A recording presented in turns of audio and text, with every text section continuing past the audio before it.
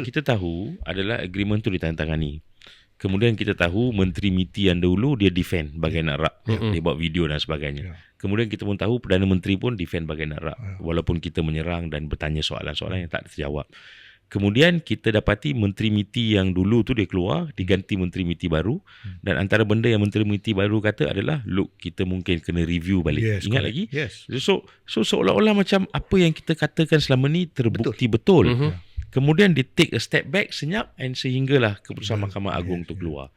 To me satulah, one thing that came out of it, satu, bila Menteri MITI yang baru kata perlu review, mana tak cerdik manalah Menteri MITI yang dulu. I mean kalau he was so forceful defend him itu, then pasal apa nak Menteri MITI baru nak review lah?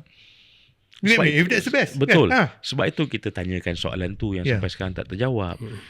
Dan pendekatan yang seharusnya lah pada saya yang diambil oleh kerajaan apabila dikenakan mungkin himpitan sebegitu oleh Amerika adalah ada banyak avenue. Ada banyak avenue dan cara untuk kita deal dengan Amerika Syarikat ni. Amin dah sepanjang 2 bulan ni terbukti banyak negara mengambil kesempatan dengan kelemahan Amerika pada waktu dan ketika ini untuk try to negotiate something. Saya rasa we should have used pada waktu itu isu di Senat Amerika, isu di Mahkamah Agung yang belum selesai untuk buy more time. Saya rasa dia orang ada deadline tu, ada certain event yang coincide. It's for the occasion. It's for the occasion, it's for the camera. So obvious. It's for one individual.